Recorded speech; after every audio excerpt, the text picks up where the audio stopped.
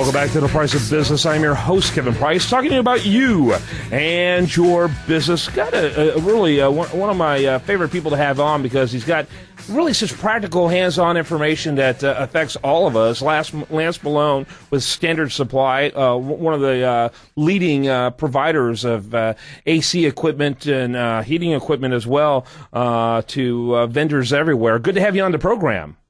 Hey, thanks a lot, Kevin. It's good to be back on the program. Thanks for having us again today. We always look forward to the insights that you bring us. Real quickly, kind of give us your elevator speech for your company at Standard Supply, and go ahead and introduce our guests, Chris and Rod Pine. Sure, be happy to do that. Standard Supply is a distributor of heating, air conditioning, refrigeration, and ventilation products, and we've been helping our contractor customers be more successful and profitable since 1946. Today, we're happy to have one of our newest customers in the Houston area. They've just been a customer of ours for a few months, Majestic Air Conditioning. Rod Pine and Chris Pine from Majestic Air Conditioning are with us today. And we want to talk about a subject that has become extremely popular in the last 12 months, and that is R22 refrigerant and replacement of equipment that uses R22 refrigerants. So I'd like to give Rod and Chris the opportunity to tell us a little bit about their business. Yeah, that has become a hot topic. No pun intended. All right. By the way, you've been around since 1946. I just put two and two together. My much older brother was born in 1946, so that means you guys are really old. So glad to know that you have that kind of experience. Rod and Chris, welcome to the program. Thank you. Thank you very much. Real quickly, why don't we start with Chris? Why don't you kind of give us the elevator speech of your company? Sure. Majestic Air Conditioning has been in business for 11 years. I really have the great opportunity to be in here with my dad in the studio. My grandfather started in the air conditioning business 35 years ago. My dad learned a lot of things about how to treat customers in that time and started his business 11 years ago. And we're with Majestic Air Conditioning. We do residential AC systems. We also do ductless mini splits. We sell the Mitsubishi mini split line. So we're really glad to be here. Very good. Majestic-AC.com. Majestic-AC.com. How about you, Lance? Question for our guest.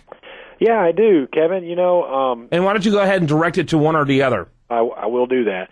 There's been a lot of talk in the mainstream media about R22 in the last year or so, and a lot in our industry media as well. But in the mainstream media, most of it's just been about the price of R22. And I thought we might take a minute just to educate your listeners as to what R22 is and why all this talk about R22 has been going on for the last year or so. So I'd like to ask Chris. Chris, can you just tell us a little bit about R22? What is it for our listeners who may not know much about air conditioning? Yeah, the R22 Freon is now being phased out to an R410. So what we're trying to do is educate customers. In July of 2010, that is no longer being manufactured, so they're having to switch over. And we're really trying to educate customers on which decisions to go with by not using R22 dry charge systems instead. So what's the new one called? R410. R410. How long has R22 been around? I want to say it was the last 30 years. The R22 has been around. So it came out in the 80s. I remember when that transition took place. Yeah. Yeah, that's exactly right, Kevin. R12 was phased out in the 80s and replaced with R22. And if you remember having an R12 system in your vehicle, on a really hot day, you would get in the car and fog would come out of your air conditioning vents because the air was so cold. Yes. But R12 is not very good for the environment, and that's why it was phased out to R22. And R22, honestly, is not a whole lot better. R22 is, for the chemists out there, hydrochlorofluorocarbon. For the layman like myself, we call it HCFC because that's a lot easier.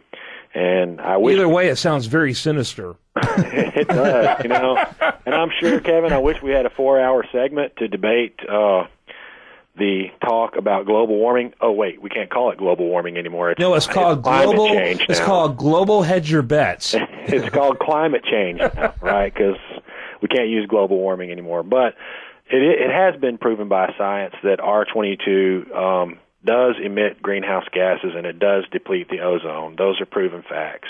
Hey, before we continue this discussion, I wanted to ask Rod a question real quick. First of all, how long have you been in the industry? Because you got it from your dad.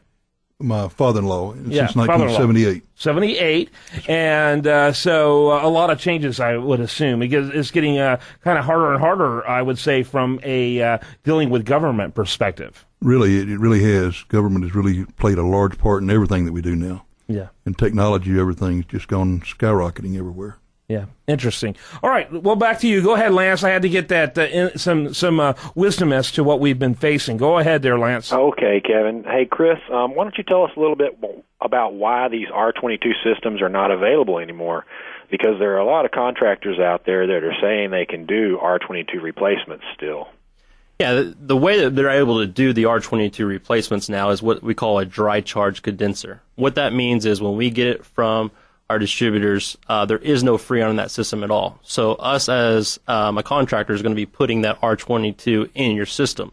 The problem with that is now you're still stuck with the R22, and you've noticed the pricing, if you've had any kind of repairs lately, that the pricing of R22 has went up a whole lot for our customers, and it's really, really affected our industry a lot in the past couple of years. Mm-hmm. Yeah, I would imagine. And so when it comes to that, I mean, obviously they got to keep it around for people whose homes are still running on R22. They can't just get rid of it overnight. That would create a crisis. But I'm sure at the same time they're going to try to incentivize us to move away from it. So the one thing we try to educate customers more than anything is if you do a dry charge system, the problem that you have is you're only going with a 13 SEER unit, so you're doing the minimum requirement for SEER ratings on efficiency. What the heck did you just say? So the SEER rating is English. So the SEER rating is seasonal energy efficiency ratio, and all you can look at that is how much am I paying on my electric bills, and that's what I kind of look at customers. So a lot of customers are upgrading to a higher efficiency system. Now the other problem that you have using a dry charge is you're only getting a 5-year warranty. A lot of manufacturers put a 10-year warranty on all their systems. When you're doing a dry charge, you're only getting a 5-year warranty. So that also hurts the customer. Oh, that's interesting to know. Lance? Yeah, Kevin, basically what happened is a number of years ago, the EPA passed what's known as the Clean Air Act, and Title VI of the Clean Air Act is what deals with refrigerants. So back on January 1st of 2010, Title VI made it illegal for manufacturers to produce new systems using R22. As of that date, we can only repair old systems. So what Chris was talking about there is you may have a contractor who would come out to your home or business and tell you they're going to replace your R22 system when really they're just going to replace the condenser, the outdoor unit with the compressor in it.